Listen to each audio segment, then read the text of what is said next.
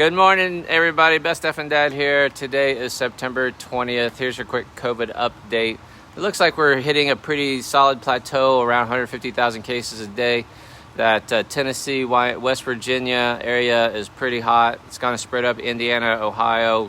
You can just look at the maps. Wisconsin, Minnesota starting to light up. Wyoming, Idaho, they're all in trouble. Now, it's going to be interesting to see if higher vaccinated states like New York will take off or not. But even at 60% vaccination rates, you still have 40% of people not vaccinated in a highly vaccinated state. We'll see.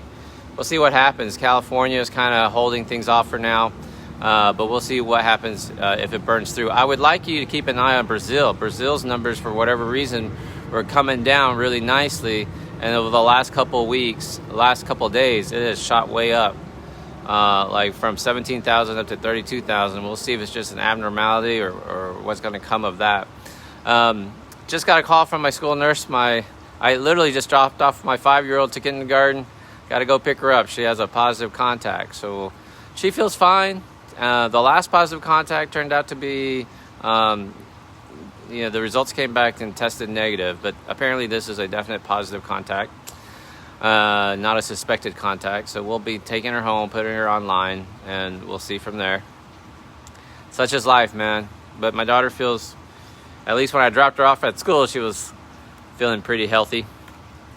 Today I want to talk about, what hesitations do you have? Why don't you get vaccinated? I'll run through a few of them real quick. It's rushed. It's not rushed. The vaccine has not been rushed. The mRNA technology is 20 years in development. What happened was all the countries of the world, including America, European Union, paid these companies, Moderna, Pfizer, Oxford, AstraZeneca, paid for the vaccines up front. So these companies had the money to start testing and producing. Now, then what happened was when we tested we tested last fall was when we were collecting all the data, and we went through this huge surge. So the reason why the numbers came out so quickly was because we had so many cases. If we didn't have all of these cases, this is probably the only good thing that came out from the surge last fall.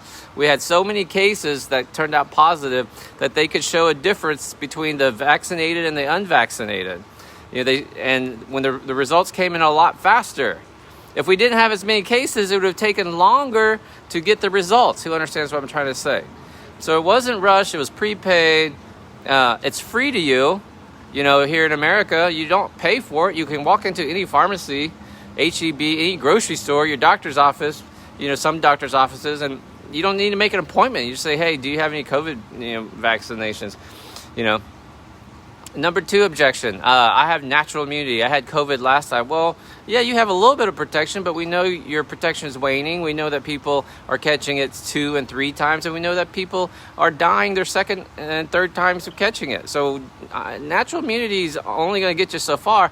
And if you had COVID last year, you probably had it to the wild type, or if you had it back in March or the spring, you probably had it to the Alpha variant, which was the UK variant.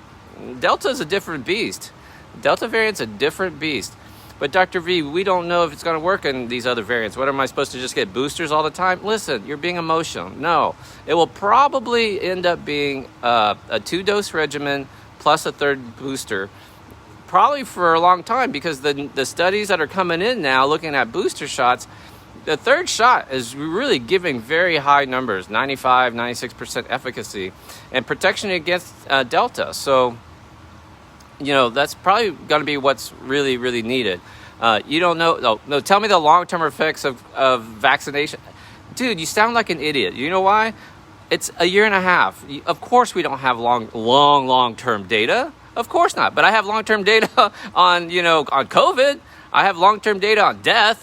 670,000 Americans are dead. 4.7 million people around the world are dead. I know the long-term effects of dying. We know that 30 to 50% of people get long haul syndrome that have symptoms from COVID for months afterwards. When was the last time you had the flu and you had effects of the flu for months afterwards? This is not the flu.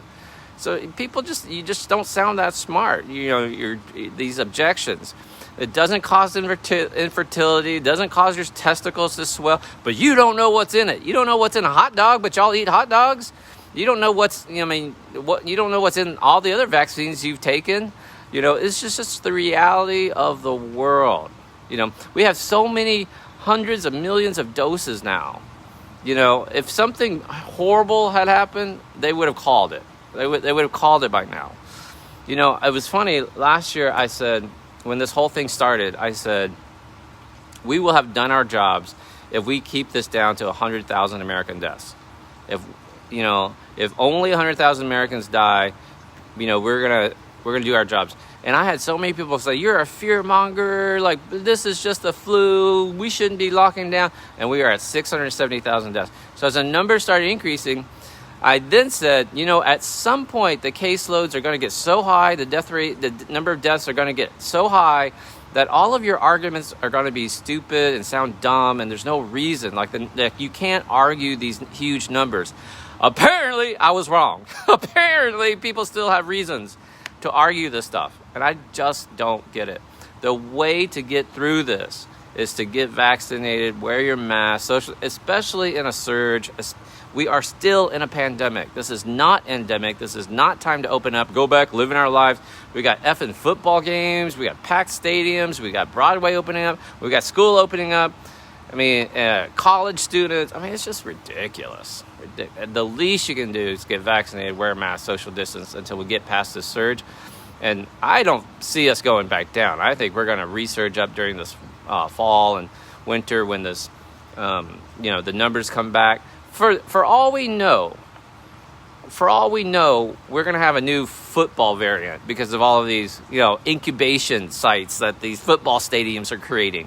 There might be a new Brazilian variant that's coming up. And why are the numbers in Brazil going back up?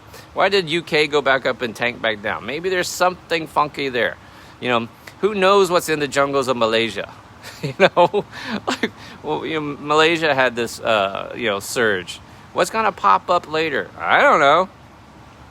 I know I'm just playing myself safe. And then people go, Dr. V, if you want to live in fear. Dude, I don't live in fear, man. I'm vaccinated. I wear my mask. We go outdoor dining. I go grocery store. I just did a vacation in Caddo Lake with my daughter. We just rented a little Airbnb. We used hand sanitizer, ate outdoors. I grilled. We're on the lake having a great time. I might take my Erica on a little camping trip here in a couple of weeks as the weather's gotten cooler. I've got a 1973 classic convertible MGB. We're probably going to take it down on a cruise down to the island. Like, I'm living my life. I just ain't being stupid. I'm not going to movie theaters. I'm not going to football games. I'm not putting my family at risk. I have a 5-year-old who can't be vaccinated and now has a positive exposure at school. Gotta go pick her up. That's it. I'll be back tomorrow for another COVID update.